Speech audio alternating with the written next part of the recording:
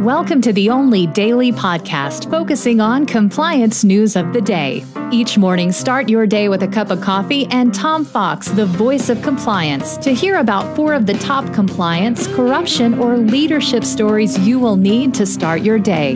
The Daily Compliance News is a production of the Compliance Podcast Network.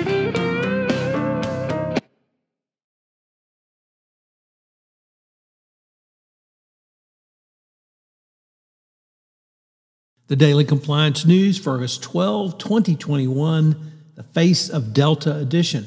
We're going to save that story for the end and begin with an article from the Risk and Compliance Journal at the Wall Street Journal, Mingy Sun, reporting that an unnamed whistleblower has been awarded over $3.5 million in the Juniper bribery case.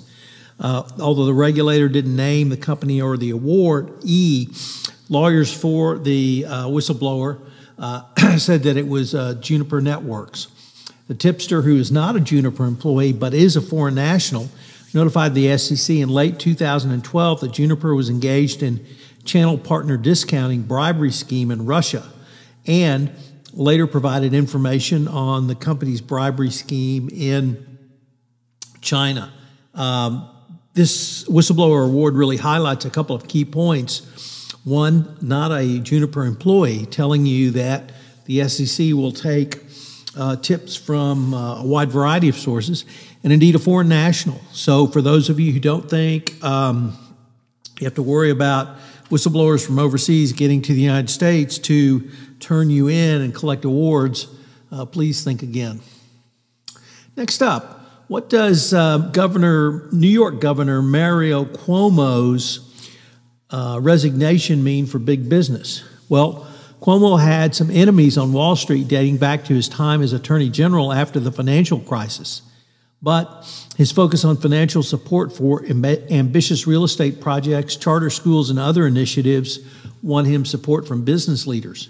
Before becoming lieutenant governor, the new governor, Governor Hochul, did a stint in government relations at M&T Bank.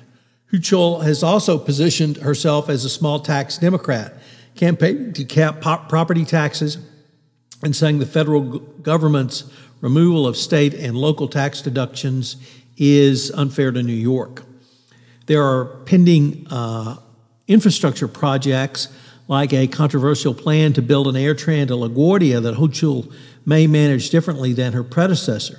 The biggest question circulating among some Democratic donors was about who will run for governor in 2022. So that report comes to us from the Deal Book at the New York Times. You knew it was coming, as the BBC is reporting that Google may cut pay of staff who work from home. The tech giant has developed a pay calculator that lets employees see the effects of working remotely or moving offices. Some remote employees, especially those with a long commute, could have their pay cut without changing their address.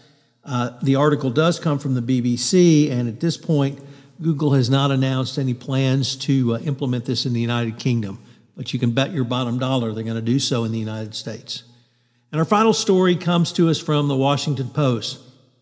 As who is the face of the Delta variant of COVID-19? Well, it's fastly becoming Republicans, as governors opposed any anti-COVID measures. Really no surprise there, but they have to understand that the surge is really on their watch, particularly in Florida and Texas, where the governors have actively opposed any measures to stop the spread of the Delta variant to COVID-19. The Daily Compliance News is a production of the Compliance Podcast Network and a proud member of C-Suite Radio. Thanks so much for listening. I hope you'll join me again tomorrow.